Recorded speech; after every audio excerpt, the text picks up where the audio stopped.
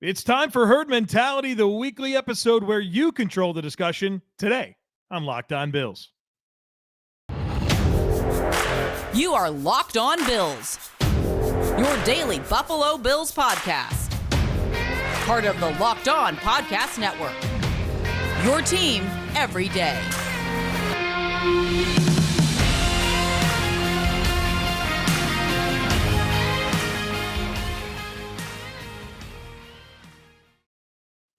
What's up, Bills Mafia? It's Joe Marino from the Draft Network, and I'm your host of Locked On Bills. Happy Tuesday to you, and thank you for making Locked On Bills your first listen every day, or if you are joining us on the YouTube channel, your first watch every day. As a reminder, we are free and available to you on all platforms. Well, it is time for Herd Mentality. We've got a ton of questions, a ton. And I'm probably going to have to do another episode. So if you don't hear your item today, or if I haven't responded back to you, I just know that we're probably going to have another day of Herd Mentality this week so I can get to all the outstanding questions. And we won't be redundant. We'll make sure we get into new stuff with every question that's asked. But it was a lot this week, and so I want to dedicate time to responding to those questions and getting into some good discussion points as the Bills prepare for their final preseason game against Carolina Panthers here where I am in Charlotte. And I'm excited about being at that game. I'm excited about the opportunity to hopefully say hello to a lot of you. And so we're going to do a very informal meet and greet. I'm going to be at Tavern at the Tracks in Uptown Charlotte. I'll be there at 3 p.m. Plan on hanging out there until about 5, maybe 5:30, and then heading on over to the game. So if you want to stop by and say hello, I'll be over there. Would love to meet as many of you as possible and talk some Bills football and get to know each other a little bit. I always love those opportunities. I know there's a lot of Bills Mafia in Charlotte, and would love to connect with as many of you as possible. Again, Tavern at the Tracks, Friday, 3 p.m. I'll be there till about 5. Come by, say hello, and let's have some fun there. So let's get to Herd Mentality, but first, the Bills did release a couple of players, Matt Haack and Tavon Austin. Both of those players were released on Monday, and the Bills need to release 2 more players by 4 p.m. Eastern time to get down to the 80-man roster by Tuesday at 4 o'clock. And so that's coming up. There are going to be a couple more players that are released, but for now we know Matt Haack and Tavon Austin, both veteran players, both very courteous of the Bills to let them go now, so that gives them an opportunity to latch on with another team. And, both roster-worthy players, I would say, and wish them all the best moving forward. Obviously, the big storyline out of this is that the Bills punter is Matt Araiza. He won the job, the draft pick out of San Diego State. We've talked so much about him since the Bills drafted him, even before the Bills drafted him, because there was so much punter conversation. And it's here. He's the punter. The punt god is the Bills punter. And so it'll be excited to watch him develop, right? Like there's definitely a lot there. He's a super talented player. He's got a big leg, can really change the field position. He's a good athlete. You love all that about him, but still a very new punter. Only 1 season of punting at the college level. And so there's a lot of development that he needs to show, right? And undertake here as he takes over this job. Now, hopefully the Bills don't punt a ton. They're not usually a team that punts a lot, but it's nice to know that you have a weapon like Matt Araiza now as the guy, and certainly he's done enough this offseason to feel good about what he offers as a holder, to feel good about the entire package that is Matt Araiza. So it's over. The punting competition is over. Matt Araiza, the Bills punter, moving forward, and then obviously Tavon Austin. Hopefully he gets a chance to latch on with another team and be an asset to them. But the Bills wide receiver room is pretty crowded. I mean, it got to the point where we're getting nervous about Isaiah Hodgins and, is there room for Jamison Crowder and Jake Kumaro? So Tavon Austin certainly not in the mix here based on those numbers. All right, let's get into these Herd Mentality questions. First one comes from Matt.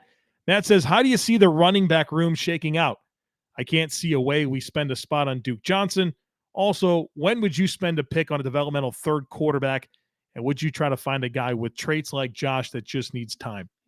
Good questions here.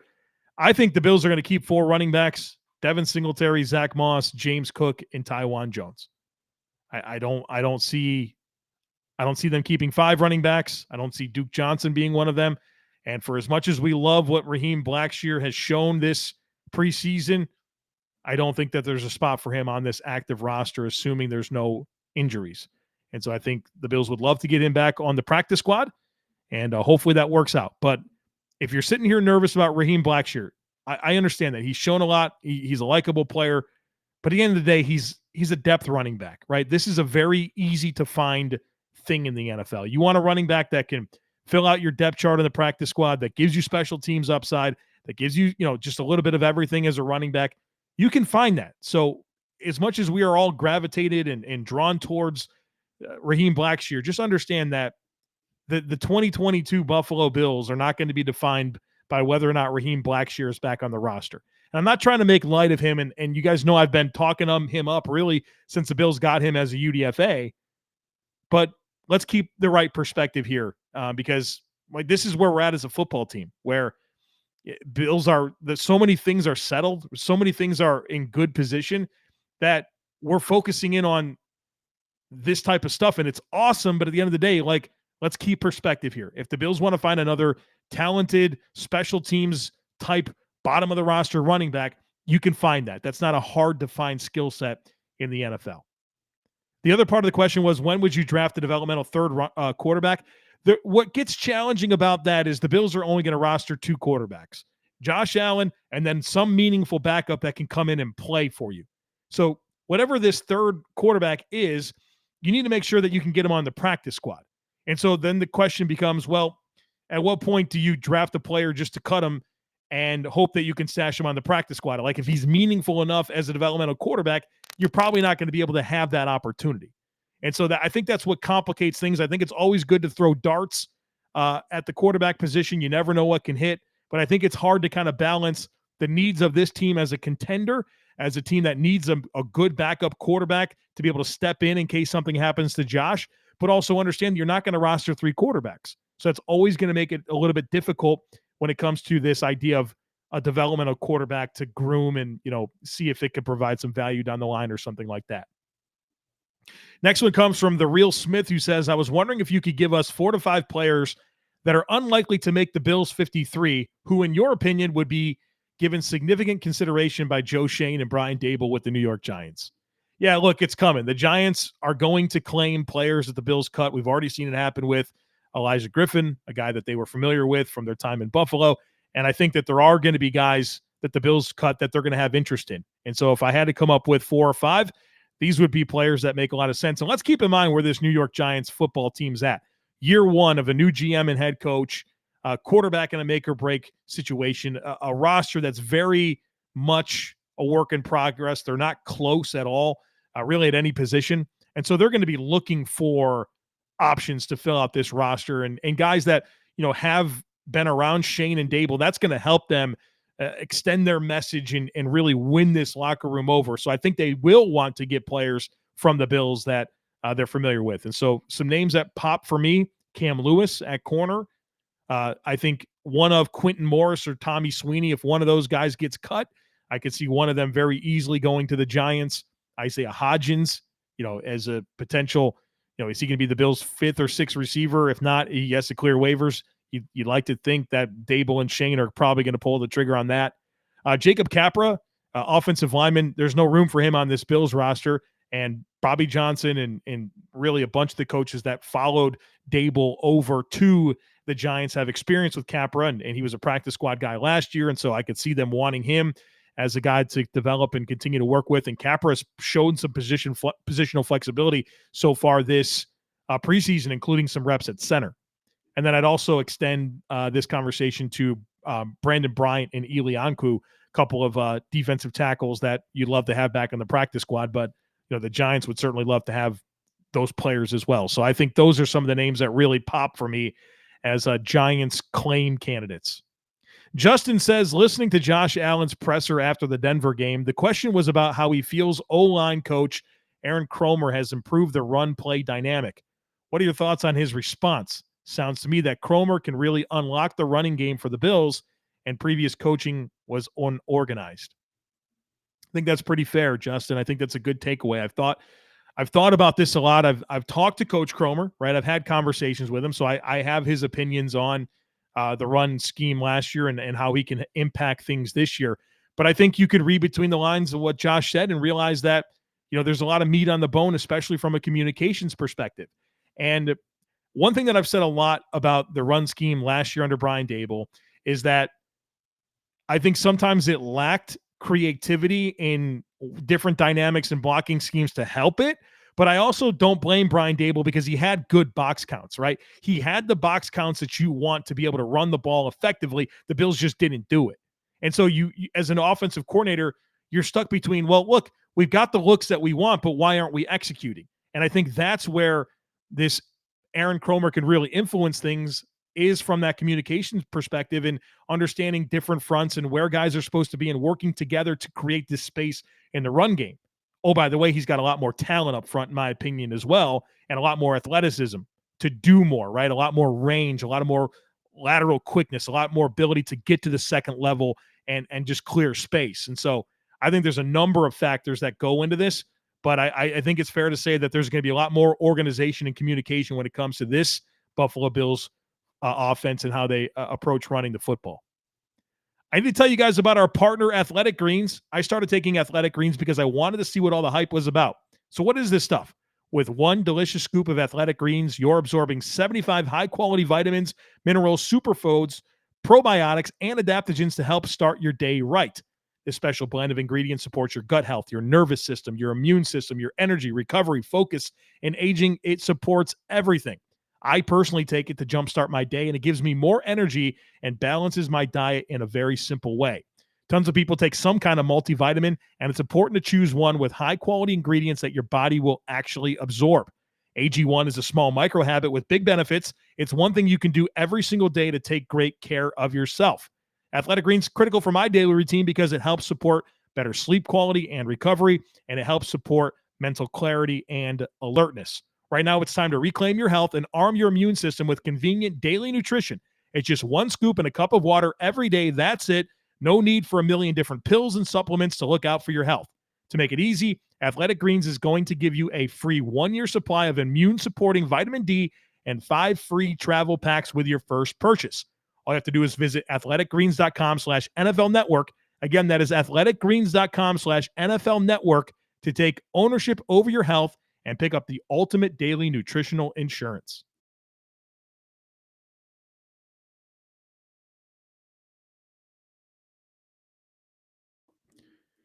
Next one today comes from Brian, who says, I know you're a big Dawson Knox guy, and I'm right there with you on that. But is it that far off of a possibility where Quinton Morris sneaks on the roster as tight end 3 and flashes enough receiving upside to make him a budget alternative to Knox? I'd hate to see Knox go, especially with the chemistry he has with Josh, but obviously cheap alternatives will need to be found somewhere. I would say that's unlikely. I like Quinton Morris. I like the receiving upside. I like what he's shown as a blocker. I like the idea of him making this roster as a tight end 3. But taking it from that to replacing Dawson Knox, I think is a big step. Now, is it possible? Sure, it's possible. But I don't see this as a likely trajectory or a likely outcome. Now, maybe Quinton Morris will have something to say about that. Maybe Dawson Knox will be too expensive. I understand the basis for the question. But that seems like a lot would need to unfold this year. And I wonder what type of opportunity Quinton Morris is going to have to really showcase himself. Right? As a tight end 3, probably not a lot of opportunity coming his way. And so I think the Bills will be committed to trying to keep Dawson Knox, but I do understand these dynamics of the pending contracts, right? Tremaine Edmonds, you have Dawson Knox, Devin Singletary, Jordan Poyer, Ed Oliver. There's a lot to sort through here. And this roster is really expensive. So I really do understand the angle, but I think it would be a really big development if Quinton Morris, as an undrafted free agent, winds up being the guy at tight end and Dawson Knox isn't around. Robert says, are we overestimating the talent of the 54th to 59th members of this roster, or will Beane be able to trade a few of these guys for day 3 picks instead of just being cut? Who do you view as most likely to be traded? P.S. Thanks for your great content and can't wait for the season to start. Thank you, Robert. I appreciate that. Yeah, we've seen Brandon Beane do this. We've seen him trade those guys 54 through 59 and get draft capital back. Now, if the Bills cut a player and they don't get draft capital back, don't be that person that says, well, why couldn't they get something for him? Brandon Beane's going to try, all right? He's going to try, and he's done it in the past. You've seen it happen with A.J. McCarron, with Marshall Newhouse, with Russell Bodine, with Darrell Johnson. I mean, there's a lot of names that were guys that he's going to cut that he wound up flipping for draft capital. He's going to try to do it. And so names that come to mind for me this year that could be possibilities, I go to the offensive line. Craig Van Roten is a 50-game starter over the last 4 seasons. Bobby Hart and his experience. Maybe Jamison Crowder. Maybe O.J. Howard. I think those are the most logical names to me that could provide some appeal for other teams as guys that, maybe they won't make this roster, but they have enough of an appeal for a team to part with a 6th or 7th round pick to make sure they get them on theirs. Guys with experience. Mom Burry says, think Brandon Beane can turn either Duke Johnson or Raheem Blackshear into a late round draft pick like he's done in the past. Do you see anyone else he might be cutting, like you mentioned there? So, look, I already answered that part of the question, but I do want to speak to Duke Johnson and Raheem Blackshear. No, I don't think they have trade value. I don't. Duke Johnson, I mean, as a guy that basically on the street all of last year, signed a minimum deal with the Bills this offseason, I don't think teams are willing to give up assets to get a player like that. Raheem Blackshear is a UDFA. Other teams have players just like Raheem Blackshear. I like Raheem Blackshear. I hope he has a long, meaningful career with the Buffalo Bills. But I don't think any GM out there is going to give up anything for a UDFA running back that's never played a down in an NFL game. I don't think that's going to happen. Jake says, curious if you have any thoughts about Terrell Bernard and why we didn't see him when the Bills were running 3 linebacker sets. Haven't we been hearing good things about him from camp? So I probably need to correct something because on the recap podcast that I did, after the Denver game, I talked about how the Bills did do 3 linebacker sets, but it was with Tremaine Edmonds, Matt Milano, and Terrell Bernard. Well, that was for the initial look. As that first quarter went along, you did see Terrell Bernard get those opportunities with Edmonds and Milano. Excuse me. So we did see that. So I want to clarify that, set the record straight, and that Terrell Bernard is in that mix to be the 3rd linebacker and play alongside Edmonds and Milano. That is absolutely a thing that is happening. Jeremy says, heard on this weekend's show about Boogie and Shaq Lawson seemingly the 4th and 5th defensive ends. Do you envision a scenario where they would be flip-flopping on being active this season based on the opponent? Shaq seems better in run support for heavy run opponents, while Boogie more explosive off the edge in pass-happy offenses. Yes, 100%, Jeremy. 100%. You're all over it on this. I think that's the benefit of having some diverse skill sets is that you can play the matchups. And I expect the Bills to do that at every position as well as defensive end, where you're only going to dress 4, but that 4th one could be predicated on the opponent. If you're playing the Ravens, go ahead and draft Shaq Lawson.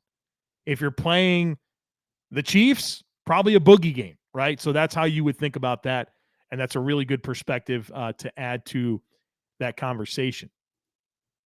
As you gear up for fall, you need the right people on your team to help your small business fire on all cylinders.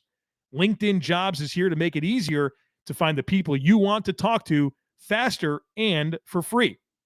You can create a free job post in minutes on LinkedIn Jobs to reach your network and beyond to the world's largest professional network of over 810 million people. Then add your job and the purple hiring frame to your LinkedIn profile to spread the word so that you're hiring people from your network that you want to hire. It's going to help you get those right people in front of you. LinkedIn has simple tools like screening questions to make it easy to focus on candidates with just the right skills and experience so you can quickly prioritize who you want to interview and hire. It's why small businesses rate LinkedIn Jobs #1 in delivering quality hires versus leading competitors. LinkedIn Jobs helps you find the candidates you want to talk to faster. Did you know every week, nearly 40 million job seekers visit LinkedIn? Post your job for free at linkedin.com/LockedOnNFL. That's linkedin.com/LockedOnNFL to post your job for free. Terms and conditions apply.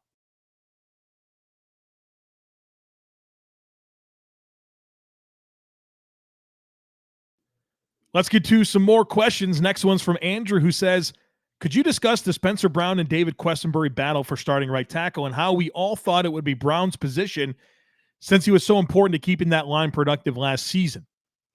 Here's what it comes down to.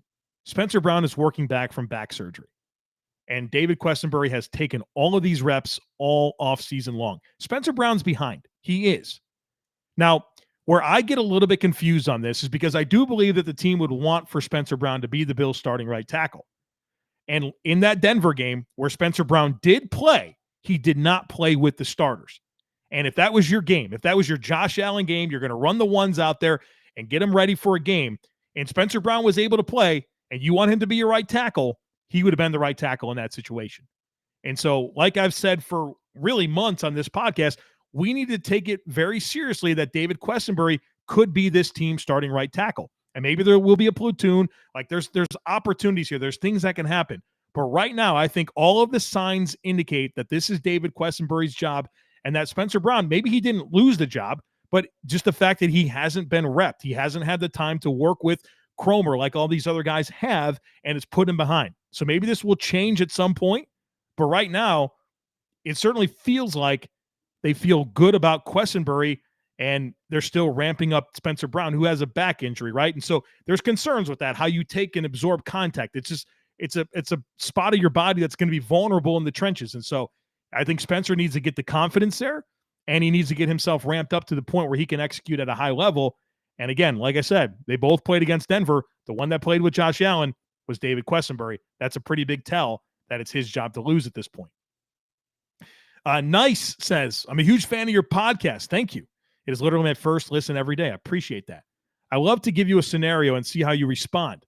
Let's say because of our salary cap implications, you can only re-sign 2 of the following 5 players to long-term extensions. The players are Devin Singletary, Jordan Poyer, Dawson Knox, Ed Oliver, and Tremaine Edmonds. Would love to hear how you prioritize these players for the future of the Buffalo Bills. Well, this is exactly what Brandon Beane's faced with, right? He's got to figure this out. I would stack them up 1 through 5 like this in terms of who I would prioritize extensions for. And I like all these players. I really do. But if you only can keep 2, you can only keep 2. Ed Oliver, number 1. Tremaine Edmonds, number 2. Dawson Knox, number 3. Jordan Poyer, number 4. Devin Singletary, number 5. I very easily put Poyer and Singletary 4 and 5. Poyer's an older player, and he plays safety. I mean, that's what McDermott has done his entire career, is find productive safeties. He's developed this, and I trust him to be able to do that. Devin Singletary is a running back, a super replaceable position. I like where Devin Singletary's at. I like his trajectory. I think he's a good player, but it's not a high priority re-sign for me. Ed Oliver, penetration style 3 technique. That's a havoc wreaker. That's number 1. Tremaine Edmonds, the leader of the best defense in the NFL, the skill set that he has, how he impacts football games, number 2. And then Dawson Knox, I love him, but I can only pick 2. And so I feel like the replaceability, how easy would it be to find a replacement? That's something that I think a lot about. I think you can find a tight end. But a quarterback of the number 1 defense in the league, an explosive 1 tech, or 3 tech, excuse me, that ranks higher for me than a tight end or a safety or a running back. Especially when you think about the age of these players too. And I'm not saying that Knox and Singletary are older players, but you have young players in Oliver and Edmonds at those positions and what they mean to the team. That's where I line. Dan says, can you compare the measurables of Christian Benford and Levi Wallace? I've been wondering if his ceiling is the same as Levi Wallace's, or if his ceiling is higher if everything, a big if, goes right with his development. I like this question. So if you stack up Christian Benford to Levi Wallace physically, you're going to learn some stuff here. So Christian Benford is 6'4", or excuse me, he's 6'1.5". Levi Wallace is 6'125". Okay. So Benford has 1/4 of an inch. Benford's 208 pounds. Wallace is 179 pounds. So you're talking about 30 pounds more in Christian Benford. Arm length, Christian Benford's 31 inches. Levi Wallace is 32 3/4. So you have another 1 3/4 in arm length from Levi Wallace. 40-yard dash time, Christian Benford a 4.53. Levi Wallace a 4.63. So you have a faster player in Benford with less length, but is 30 pounds heavier. 3-cone drills, 7.1 for Benford, 6.91 for Wallace. So pretty comparable numbers there, a little bit better for Wallace. Short shuttle, 4.34 for Benford, 4.26 for Wallace. Yeah, another pretty comparable time, although Wallace has the better score in both agilities, which you would hope for if he's going to be 30 pounds less. Now, you don't have this. Levi Wallace never did a vertical jump or a broad jump, but Christian Benford did, and he got a 35-inch vert and a 10.4 broad. Those are good numbers.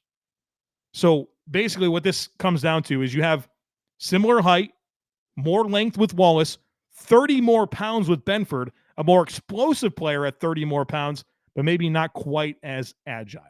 Again, there's some give and take with both. I think the better physical package is Benford, in my opinion, because of the size and the speed and the explosiveness, but you just might not have as much agility. Brian says, I had a special teams related question that was on my mind as I see debate over Kumaro, Hodgins, and Blackshear/Jones. What makes some players so good on special teams? Guys like Matthew Slater, Tyler Medikevich, Tywan Jones, Jake Kumaro, etc. Why are they good on teams? They aren't exceptional athletes because if they were, they'd play on offense or defense more. What about them makes them so good on teams compared to fringe roster guys like Hodgins and Blackshear? I'm definitely not saying they shouldn't make the roster, as I think special teams are so important. I'm just curious as to what specifically makes players like those so good on teams and why their production can't be matched by some other fringe roster guys. It's a good question. I like this. So first of all, there's a mindset that goes with playing special teams. There's a mindset, right? You're talking about big, huge, wide open spaces and full speed collisions. You got to be a different type of dude. You got to have a different type of mindset when you step on the field for a special teams play. You're never going to be just a backside receiver, or you're going to be a running back that runs a flare route, or something like that. Everything is full speed, big time collision. So you got to have the right mindset. That's not going to be for everybody. Then on top of that, it requires controlled aggression. You have to be able to be 60 yards away from the ball carrier, and you need to be able to get on your ass and get down the field. But you have to do it in a way that you have the right mindset, you're physical, but you're also under control. Because if you're not under control and you're out of your spot, they're gonna gas you. Or if you're blocking and you're not in your spots, they're gonna break through you and they're gonna make a big time tackle. So you have to have controlled aggression and the ability to come to balance, right? It's great if you can run down the field like a bat out of hell. That's great. But can you come to balance and make a tackle? And then you have to be able to play through contact. You have to be able to fight through blocks. You have to be able to hit blocks. You have to be able to do this in space. So there's a mindset. There's a controlled aggression. You need to be balanced, and you have to be able to play through contact, and you have to blend all of that together. It's not for everybody. It's not going to be for everybody. And that's why certain guys who embrace this can have careers like Medikevich and Tywan Jones and Matthew Slater and Jake Kumaro and still make NFL rosters into their 30s because they can do this at a high level. And then there's the trust component. No team out there, no coach out there wants to lose a game because of a special teams play. You need to be able to trust those guys to go out there and do this. You need to be able to step into a game. You're not playing but 10 or 15 snaps a game. And you got to be able to turn that switch on, get on the field, and do this at a high level. And the margins are really, really, really tight. And so there's a trust component that comes with it. That coaching staff needs to feel good about the 11 guys that they sent out on the field to cover a kick or a punt. So all of that, it's all of that. All of that works together to create a good special teams player. Tristan says, this time of year, a lot of roster bubble players with relatively minor injuries get put on season-ending injured reserve just to avoid getting cut. I'm wondering if there are any limitations to this. What keeps a team from abusing this rule and exaggerating injuries for everyone who won't make the roster this year, but they have long-term interest in? Well, yeah, so listen, if you put a guy in injured reserve right now, they're out for the season. So before the final cuts, if you're on injured reserve, that's it. That's your season. And so there's a lot that goes into that. First of all, you can't just hastily end a guy's season. You can't do that. You do that too much, nobody's going to want to play for you, right? There's a human element here that we have to be mindful of. But like, you have to also remember that these rosters change all the time. They're so fluid. Injuries happen every week in the NFL, and so new players are signed. They're constantly massaging these rosters. You're not going to sit there, and if you want this player on your team, you're not going to sit there and limit them for an entire season when you're probably going to need them at some point by putting them on season-ending injured reserve. So, like, I understand in theory what you're asking, but the practical application creates just a lot of natural issues that don't make this an issue. Now, does it happen sometimes? Yes, it will. But there's enough variables in place here that I think gets this to a healthy point.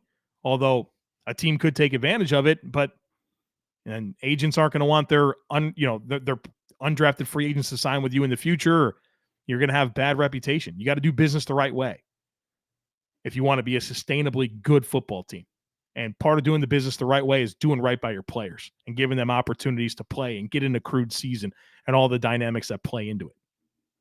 All right, folks, that's going to do it for us here today on the podcast. Like I said, we're probably going to do herd mentality again tomorrow unless some massive breaking news happens. I'm loaded up with tons of questions. I want to get to them, and I need another day to do it. So come on back for another episode of Herd Mentality tomorrow. Come say hello Friday, Tavern at the Tracks in Uptown Charlotte, 3 to 5 p.m. ahead of Bills Panthers at Bank of America Stadium. So would love to say hello to as many of you as possible. I'll remind you throughout the course of the week, but as the first opportunity for me to make that known, just want to go ahead and put it out there. So looking forward to a lot of interactions with Bills Mafia, of course, on Friday, and of course, the rest of the week here on the podcast. So make sure that you're subscribed. Would love it if you took a second to rate, review, and share the podcast. Have a great rest of your day, and I look forward to catching up with you again tomorrow.